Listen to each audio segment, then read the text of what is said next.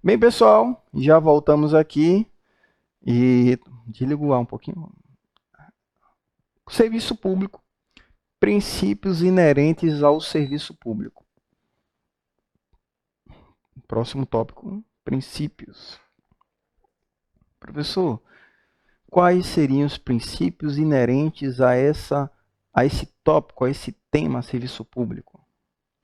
Adequação, obrigatoriedade, atualização, modernidade, adaptabilidade, universalidade, generalidade, modicidade das tarifas, cortesia, transparência, continuidade, né? Então, eu destaquei aqui 8 princípios básicos inerentes ao tema serviço público. Com relação ao primeiro princípio, adequação, é interessante você lembrar o seguinte, que de acordo com o artigo 6º, parágrafo 1º da Lei 8987 de 95, Lei das Concessões, um serviço público definido, qualificado como adequado, é aquele que satisfaz as condições de regularidade. Satisfaz as condições de regularidade, as condições de continuidade, eficiência, segurança, atualidade, generalidade, cortesia na sua prestação,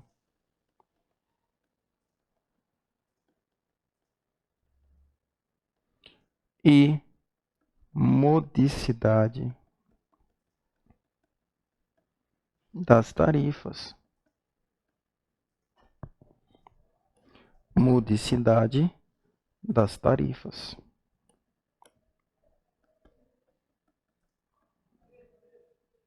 Tá? Então, esse aqui é o chamado serviço público adequado. É aquele que satisfaz as condições de regularidade, continuidade, eficiência, segurança, atualidade, generalidade, cortesia na prestação, modicidade nas tarifas. Professor, decoreba, né? Decoreba, né? Então, você vai ter que decorar, você vai ter que memorizar todas essas palavrinhas que estão aqui no conceito legal de serviço público adequado. Se eventualmente alguma questão de prova inserir alguma outra que não está aqui presente, está errado. Está errado, né? Então, é o que eu sempre digo. O direito administrativo exige muita memorização. Você tem que reter muitas informações, então vá fazendo o seu resumo, vá fazendo o seu fichamento direitinho, tá? Para não esquecer esses detalhes. Você percebe que essa adequação é, na verdade, um subprincípio, digamos assim, um subprincípio, porque ele é inerente a toda a atividade desenvolvida pela administração pública. E, e essa adequação ela tem que estar presente também quando o serviço público ele for exercido pelos particulares. Os concessionários, permissionários de serviço público também têm o dever de prestar o serviço de modo adequado, conforme a lei exige, conforme o contrato administrativo exige. Não de acordo com critérios do concessionário, do permissionário, não. De acordo com os critérios do contrato, da lei. Né? Não é a vontade do concessionário que diz, o serviço adequado tem que ser assim, não. Serviço adequado é conforme critérios baseados na lei, baseados no contrato administrativo. Certo? Tranquilo? Com relação ao segundo princípio, que é o princípio da obrigatoriedade, eu apenas quero que você se lembre, se recorde do seguinte. Obrigatoriedade.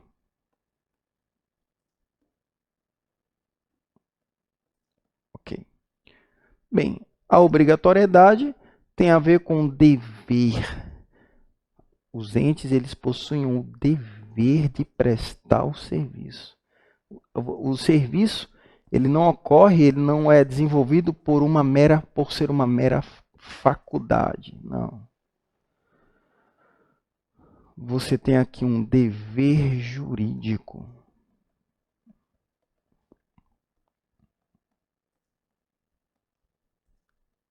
E não uma mera faculdade. Tem que prestar o serviço. Tem que prestar o serviço. É um dever, é obrigatório. Tá? O próximo princípio, atualização, modernidade ou adaptabilidade. Com relação à atualização, modernidade, adaptabilidade, você lembra de imediato do princípio da eficiência, né? O princípio da eficiência, ser eficiente. Então, a técnica empregada, utilizada na prestação do serviço público aqui, tem que ser uma técnica moderna. O serviço público ele não pode ser prestado de forma defasada, usando técnicas antigas, já ultrapassadas. A administração pública ela tem que acompanhar a modernidade, a globalização, os efeitos da globalização. Ela precisa fazer uma renovação, tanto do material humano quanto do material físico. Então tem que haver um aperfeiçoamento constante dos servidores, da forma como o serviço é prestado, desenvolvido. O serviço público ele precisa ser compatível com o estágio de desenvolvimento tecnológico atual. Compatível com o estágio de desenvolvimento tecnológico atual, dos dias de hoje. Hoje temos celulares que são verdadeiros notebooks, né? É nesse sentido. Em termos práticos, o princípio aqui visto, ele veda, ele proíbe o retrocesso, né? Proíbe o retrocesso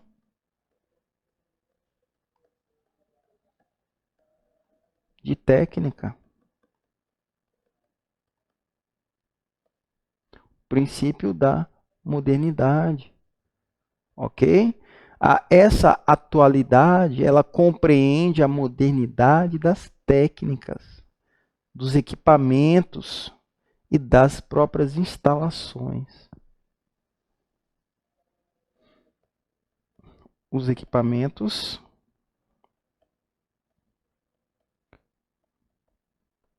e as instalações devem ser modernos.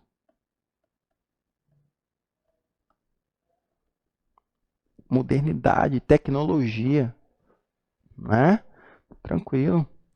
Próximo princípio, universalidade ou generalidade. De acordo com o princípio da universalidade, o serviço público ele é prestado para a maior quantidade possível de usuários. Eu não quero prestar um serviço para poucos usuários, mas para muitos, quantos eu puder alcançar. Então, a universalidade ou generalidade diz respeito ao alcance. Que deve ser o maior possível. Né? O alcance dos usuários tem quanto mais usuários, melhor o serviço. Próximo princípio, modicidade das tarifas. O princípio da modicidade das tarifas significa dizer que o valor exigido do usuário a título de pagamento, a título de remuneração pelo uso, pela utilização do serviço, deve ser o menor possível. Não pode ser um valor caro, uma tarifa, uma taxa na verdade, uma taxa absurda, que vá até privar o usuário de outras necessidades básicas. O nome modicidade vem de módico. O que é módico? Barato, acessível. Então, esse princípio aqui ele é aplicável aos serviços remunerados mediante o pagamento de taxas. A modicidade não é em relação ao serviço. O serviço não tem que ser módico. A taxa que o remunera é que tem que ser módico. Né? Tranquilo? Então, esse princípio aqui da modicidade, ele serve para atender à própria universalidade, para conseguirmos um aumento da demanda de atendimento. Tá? Então, reduzir ao máximo o valor da tarifa, da taxa cobrada do usuário, e para isso a legislação prevê algumas medidas, alguns mecanismos especiais, como, por exemplo, a questão das rodovias, a questão dos espaços publicitários que são explorados economicamente pelo concessionário de serviço público, que são colocados ao lado das rodovias. Né? Perfeito? Então é muito importante esse princípio aqui da modicidade, porque ele acaba não onerando demais esse serviço.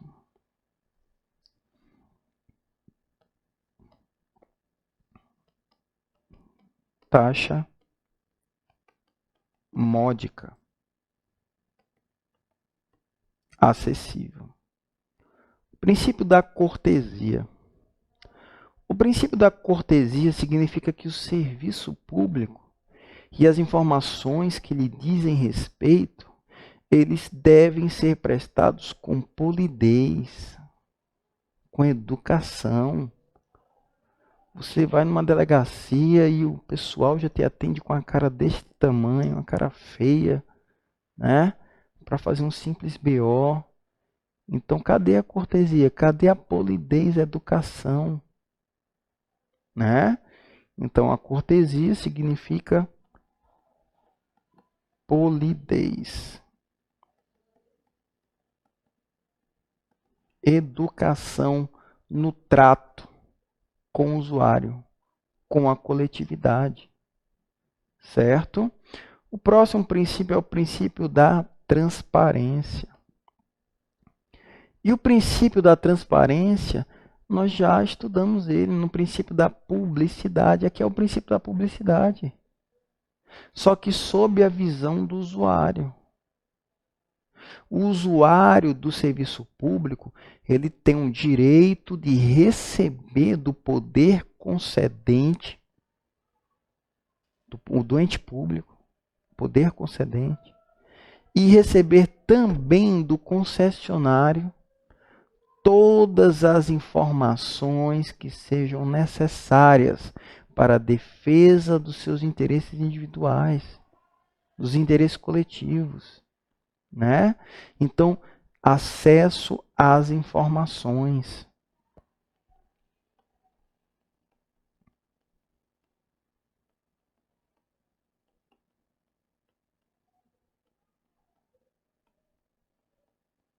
Nós temos aqui o acesso às informações relativos ao exercício dessas atividades. Isso junto perante tanto o poder concedente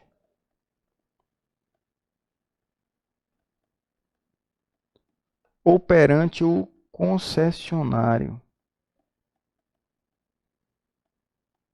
perante o permissionário de serviço público particular. Tá? Tranquilo?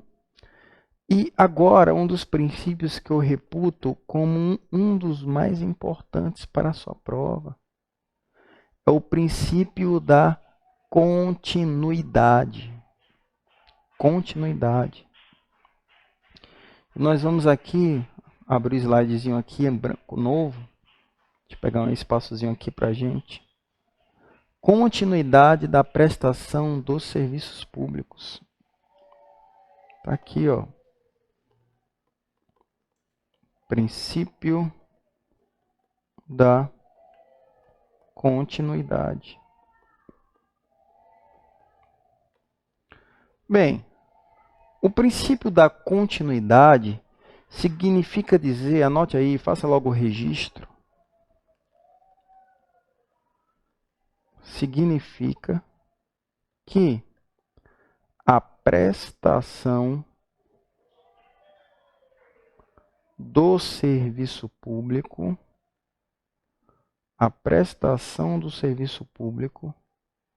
não pode sofrer interrupção.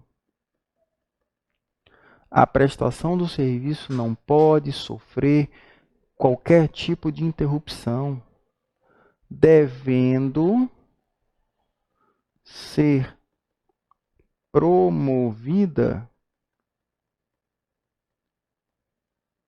de forma contínua e sem intervalos.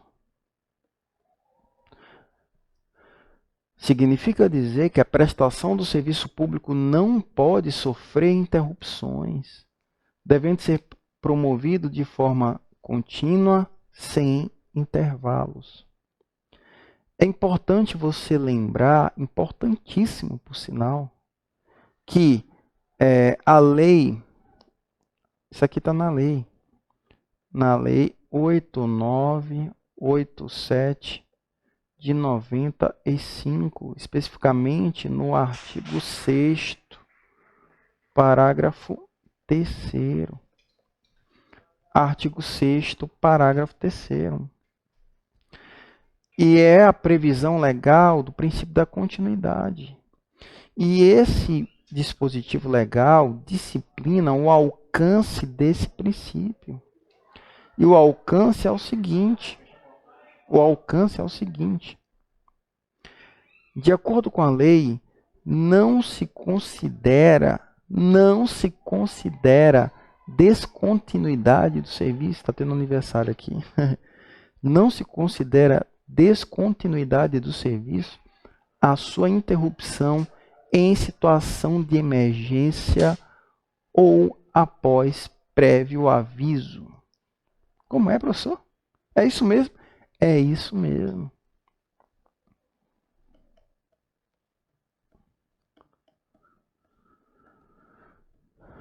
Não se considera, traga bolo lá pra gente depois.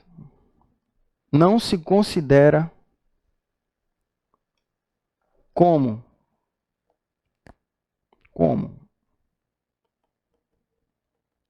descontinuidade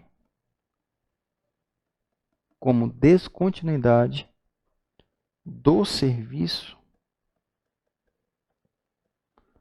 a sua interrupção em situação de emergência ou após prévio aviso. Quando, inciso número 1, motivada por razões de ordem técnica. Essa interrupção foi motivada por razões de ordem técnica ou quando ela foi motivada em situação para fins de segurança. Segurança das instalações.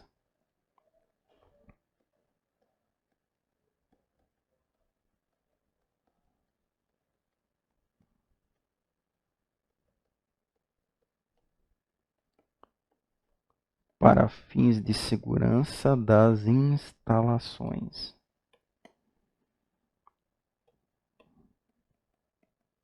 Perfeito?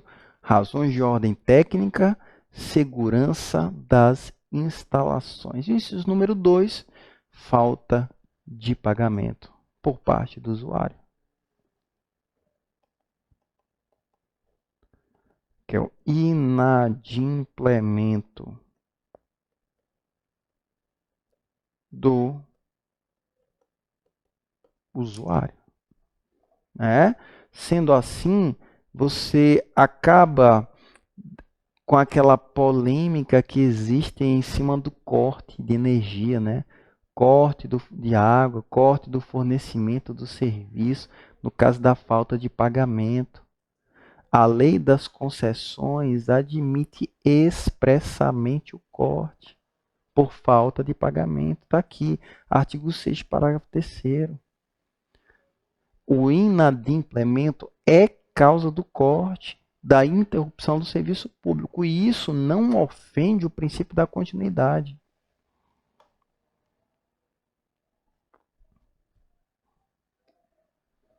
O inadimplemento, para não repetir, eu colocar falta de pagamento.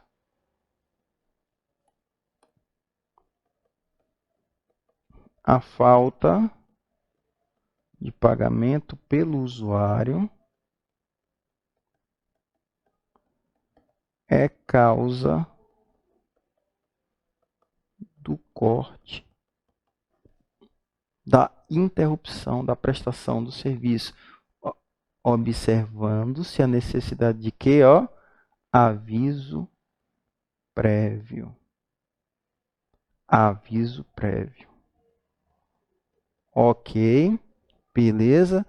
Então tome cuidado com mais essa pegadinha. A nossa jurisprudência, os tribunais, eles estão cheios de decisões, de julgados relacionados à falta de pagamento das tarifas, relacionado ao corte do fornecimento de serviços públicos. Tá? É importante que para a prova você se lembre de alguns desses julgados. Eles têm muita incidência em questões de prova. Bastante. São os seguintes.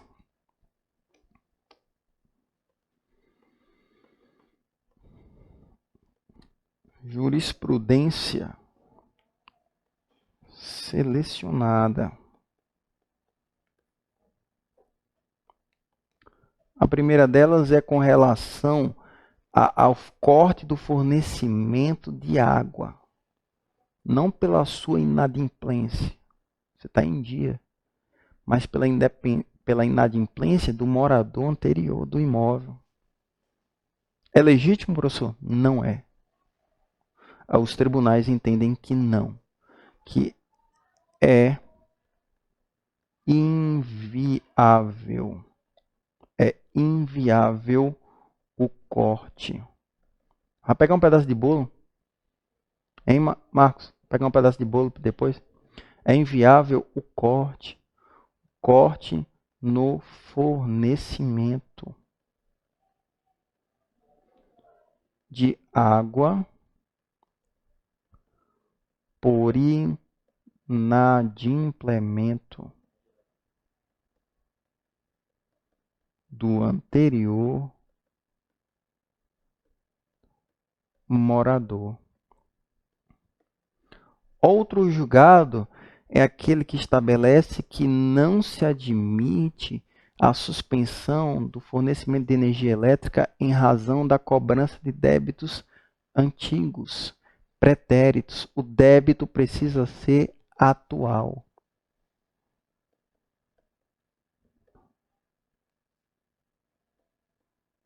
Não se admite a suspensão do fornecimento de energia elétrica em razão da cobrança de débitos antigos, mas tão somente de débitos atuais.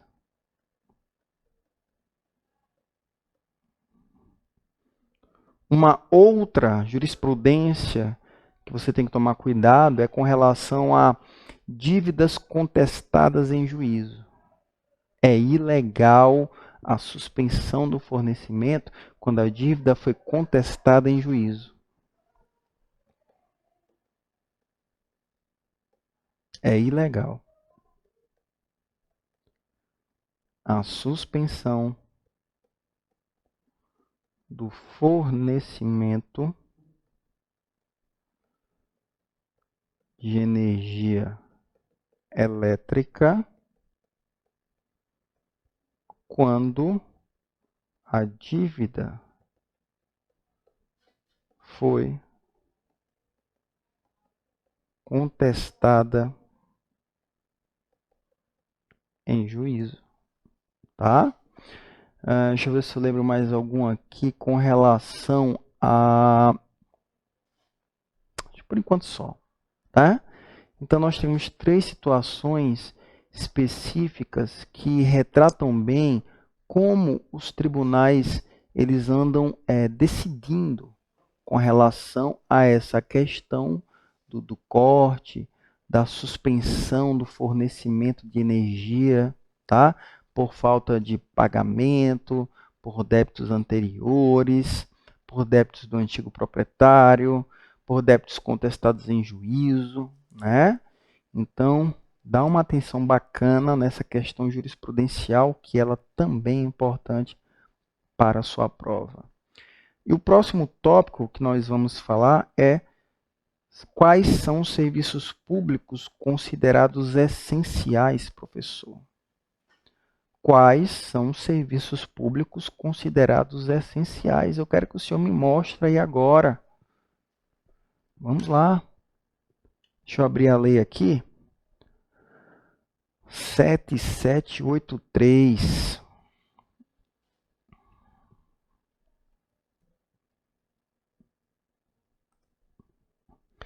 A Lei 7.783 de 89. Deixa eu aumentar aqui o tamanho da letra para ficar bacana aí para você acompanhar. Pronto. Ok? Ó, nós temos um artigo aqui, deixa eu só localizá-lo. Essa é a lei da greve, tá? Essa é a lei da greve que vigora no âmbito privado, na iniciativa privada. Artigo 10. Eu já cansei de ver questões de prova copiando e colando esse artigo 10 da lei da greve. São considerados serviços ou atividades essenciais o tratamento e abastecimento de água, produção e distribuição de energia elétrica, gás, combustíveis, assistência médica, assistência hospitalar, distribuição e comercialização de medicamentos e alimentos, serviços funerários, serviço de transporte coletivo, captação, tratamento do esgoto, do lixo, serviço de telecomunicações, guarda, o uso e o controle de substâncias radioativas, equipamentos e materiais nucleares, processamento de dados ligados aos serviços essenciais, Controle de tráfego aéreo é um serviço essencial. Olha, bem recente essa lei, ó, desse ano, tá? Tá vendo? Lei 13.903 de 2019. Controle de tráfego aéreo, navegação aérea é um serviço essencial. Compensação bancária, atividades médico-hospitalares, atividades médico-periciais, outras prestações médico-periciais da carreira de perito médico federal. Pronto.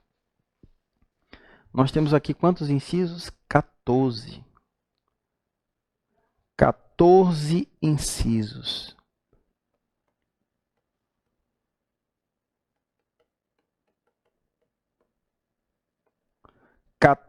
Incisos que elencam, que nos trazem algum serviço público que é considerado de natureza essencial. E a importância desse rol você vai ver já já na próxima classificação do serviço público. Só dá uma pausa e já retorno.